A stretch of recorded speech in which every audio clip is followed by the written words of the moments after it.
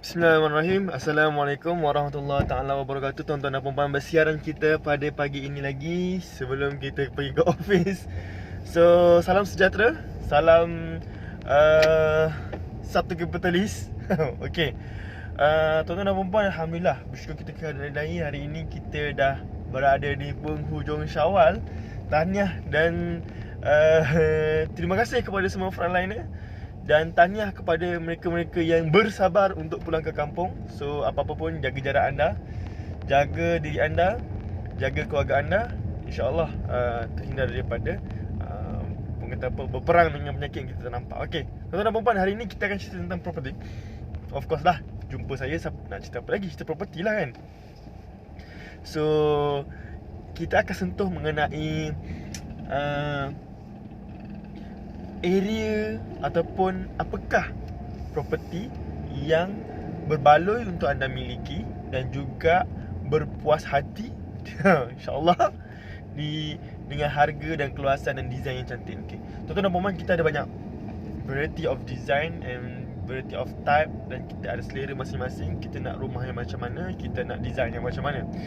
So, saya suka ingatkan anda tentang prinsip 8 perkara yang membolehkan anda membeli properti, sama ada untuk anda tinggal maupun untuk anda invest. Cumanya majoriti daripada customer yang saya jumpa adalah mereka beli untuk mereka tinggal.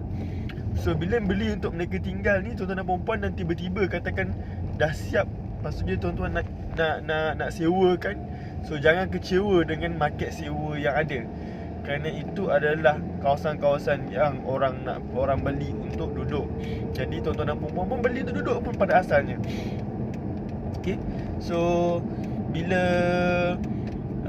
tuan-tuan dan puan-puan jumpa properti yang puan-puan puas hati, jumpa properti yang puan-puan nak duduk, so beli untuk puan-puan nak duduk. Tapi kalau tuan-tuan dan puan-puan beli untuk invest, okey, suka saya ingatkan, cari sifu yang betul, cari guru yang betul, dan bukannya yang gebang, terbang dan sebagainya. Okey, bila bercerita tentang property, orang kata okey, kalau kita nak tengok property outskirt Putrajaya, outskirt KL, yang mana untuk mereka invest, yang mana mereka nak beli untuk mereka tinggal. So, majoriti daripada customer-customer yang saya jumpa, mereka beli untuk mereka tinggal. So, tuan-tuan, dan ada juga mereka just cakap dengan saya, "Cik Zul, saya nak beli untuk invest." So, untuk investment ni, tuan-tuan dan puan-puan, kena teliti betul-betul. Terutama market-market yang atas daripada 300. Okay? Terutama market-market yang atas daripada 300 sangat-sangat berbahaya kalau tuan-tuan dan puan-puan tak cukup ilmu di dada, ataupun tak berguru dengan sifu yang betul. Okay? Jadi kalau area property ni, kalau tuan-tuan beli area yang tak masuk akal dengan harga tersebut, jangan beli. Okay? Cumanya kalau tuan-tuan dan puan-puan, sama saya akan bagi satu clue sajalah. So, mana-mana area sekalipun, kalau tuan-tuan dan puan-puan jumpa bawah 300,000, okay, high rise bawah 300,000, area mana-mana sekalipun lah, kalau tuan-tuan kita nak invest punya cerita lah, bawah 300,000 you boleh beli. Frankly speaking, untuk pendapatan per kapita rakyat Malaysia di Selangor dan KL, bukan saya cerita Johor ke mana, di Selangor dan KL, area pendapatan dia kalau nak bayar sewa rumah 1,000, 1,500 masih lagi boleh. Jadi tuan-tuan dan puan-puan, kalau jumpa property, katakanlah nak invest untuk bawah 300,000, silakan. Tapi make sure you punya apartment tu, you punya property tu apa nama tu, full facilities. So, jangan beli apartment yang kosong, tak ada facilities, tapi you target nak invest tinggi. So, ada kawasan-kawasan yang tertentu yang kalau tuan-tuan dan puan-puan beli, memang harga 200,000 tapi orang sewa 1,000, orang sewa 800, orang sewa 900. Ada. So, siapa nak tu boleh PM lah. Tetapi untuk property yang 300,000 ke bawah, untuk invest area Lembah Kelang dan KL, masih lagi berbaloi untuk tuan-tuan dan puan-puan miliki. Okay? Masih lagi berbaloi untuk tuan-tuan dan puan-puan miliki. Tapi kalau you jumpa property yang atas 400,000, and then you talk about investment, better you have to find the right guru. Otherwise, you memang kena kelentong lah. Confirm you kena kelentong.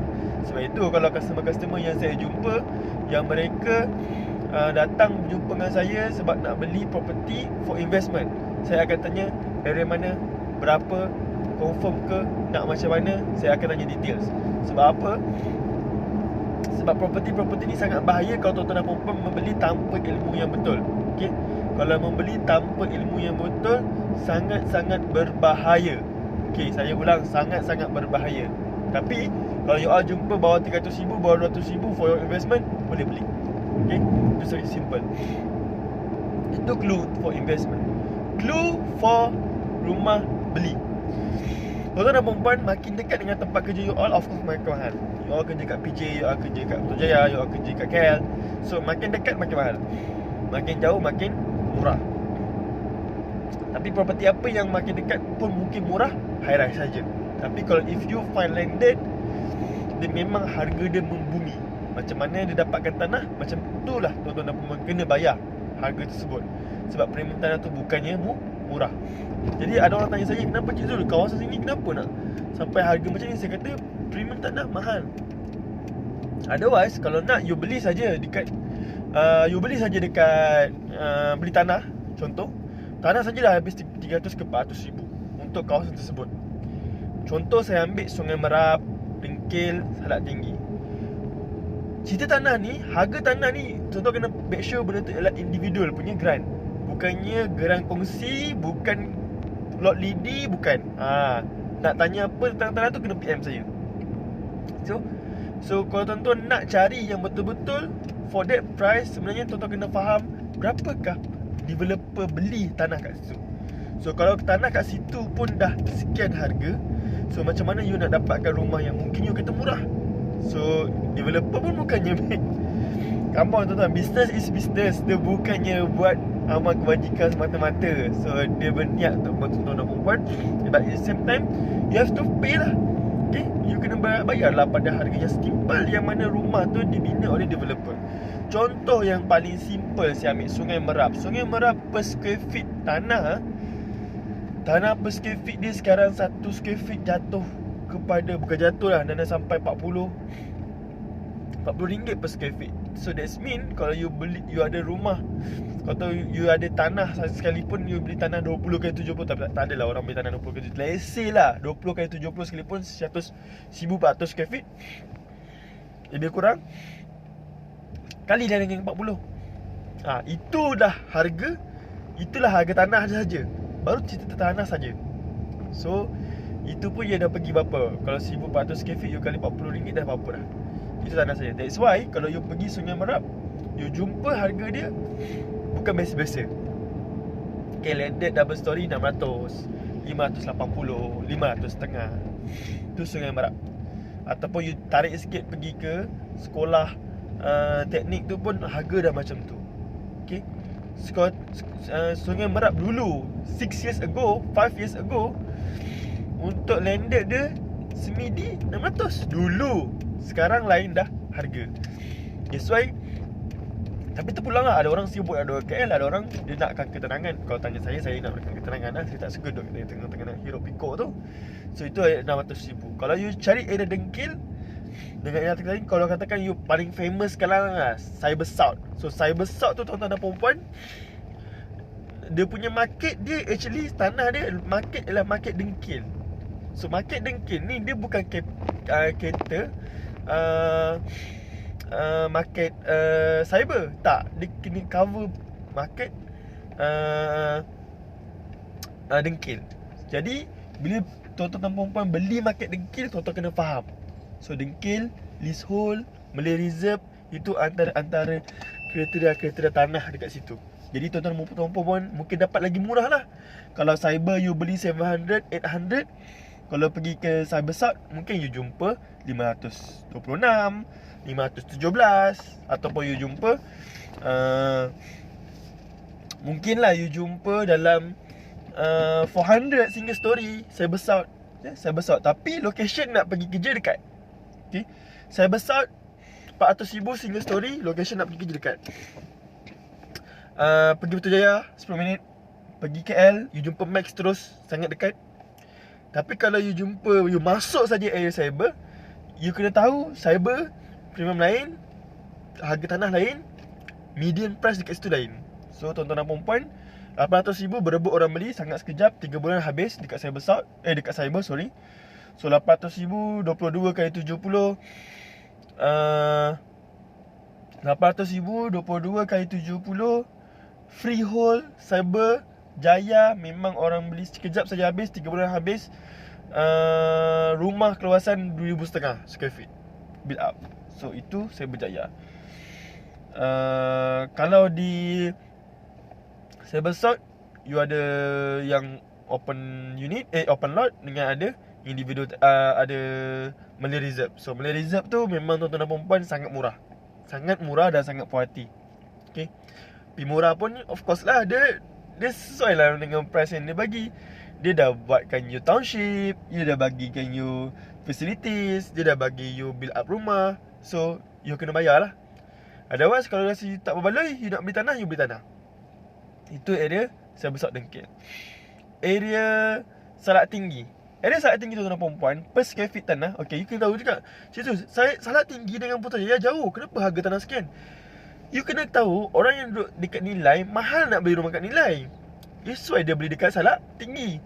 Dan pula orang kat Salak Tinggi pula, dia ada dua type Salak Tinggi. Salak Tinggi Malay Reserve atau Salak Tinggi Freehold. Salak Tinggi Freehold ni harga macam nak. Sebab yelah, semua bangsa boleh beli. Dia bukan Malay Reserve. Kemudian dia punya capital gain pun sangat cepat. So siapa yang duduk sini? Yang duduk sini adalah geng-geng KLIA, geng-geng Putrajaya yang boleh ulang alik. Sana price murah, 450,000 boleh dapat. 450,000. Tuan-tuan dan perempuan, last year 497, this year baru buka 450. Sangat berbaloi. Double story, fully extend. So kalau you all nak, just PM saya 012-786-3646. So rumah tu sangat-sangat berbaloi, sangat-sangat best. Dengan double story dia, fully extend, siap 2022. Ada orang tanya saya, Cik Zul, ada tak rumah yang siap segera, siap sekarang? Saya nak bayar sekarang, saya ambil kunci. Tuan-tuan dan perempuan, kalau nak rumah siap segera, tuan-tuan dan perempuan boleh beli rumah subsale. Tapi you have to prepare 10% ataupun 3% tambah dengan all fees, you tak cover. Tak cover. Tak ada lagi owner jual, tak apa, semua on me. Tak. Setakat ni kalau owner jual, memang you kena cover sendiri. Owner kena cover bagian owner, buyer kena cover bagian buyer. Tapi if you buy with the developer, so developer akan cover semua cost ni. So 450, last saya memang ada tu. Unit tak banyak. Untuk 450 saja harga dia, dia ada 70 unit. So far half dah book. Double story, 1773 square feet. Lagi apa lagi? Loan legal fees free, SMP free, transfer nama pun free. You cuci tangan saja. Okay. So kalau katakan ini berbaloi untuk you all boleh belilah. So macam saya kata, Cik Zul mahal lah, murah tapi jauh, design location ke laut. Tak apa, you beli ke Cyber Jaya. Kita sediakan macam-macam menu untuk you all. So kalau rasa you all tak berpuas hati dengan market ataupun property tersebut, boleh change lah. Tapi saya cakap terus terang, saya hanya jual yang property yang berkualiti sahaja. Yang tak berkualiti, saya kurang sikit nak jual. Sebab you all mungkin puas hati dengan harga, tetapi end of the day tu you all akan bising dengan saya. Jadi kenapa rumah macam ni, kenapa rumah macam ni. Masa you all beli, you all sendiri decide nak beli rumah that price dengan developer tersebut. Sedangkan saya dah cakap dengan you all, developer ni yes, harga dia murah, tetapi you have to bear with the quality. You kena tahu quality dia macam mana. So saya akan suggest pada developer yang saya puas hati dulu lah, baru saya suggest dekat developer yang saya tak puas hati. So itu saja daripada saya hari ni. So bear in mind, beli jangan sampai terkena, beli jangan sampai kena gebang, beli dengan harga yang betul-betul konkret membumi. Kalau itu hakikatnya, saya akan cerita itu hakikatnya. Tapi kalau you all nak terima dengan orang-orang lain yang offer, yang gebang-gebang punya offer, terpulang, saya tak nak campur. Tetapi end of the day, kalau you all kena, saya dah buat tugas saya mengingatkan you all supaya tak beli ataupun tak ambil property-property yang even rent pun tak suggest. Okay? Sebab kita risau. Boleh suggest tapi kita risau kualiti. Okay? Kualiti rumah, kita risau kualiti finishing, kita risau macam mana dia selesaikan you all punya loan dan sebagainya. Itu kita sangat-sangat risau. That's why kita punya task adalah protect untuk all buyer supaya tak terkena dengan developer ni, dan juga tak terkena dengan ejen-ejen yang kaki sembang. So kalau you jumpa yang tu terpulang, saya hanya cerita benda hakikat, saya hanya cerita benda yang fact. So kalau katakan ada yang kurang berpuas hati, so saya tak buat apa-apa lah, sebab itu adalah hakikat yang nak beli property.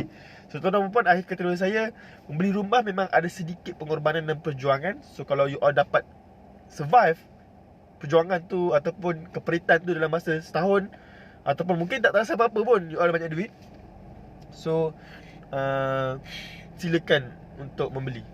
So dia akan rasa sekejap saja, bukan keperitan lah, tapi pada saya pengorbanan sekejap saja. After 1 year biasa you dah recover dah. Okay, itu saja. Assalamualaikum warahmatullahi taala wabarakatuh. Assalamualaikum.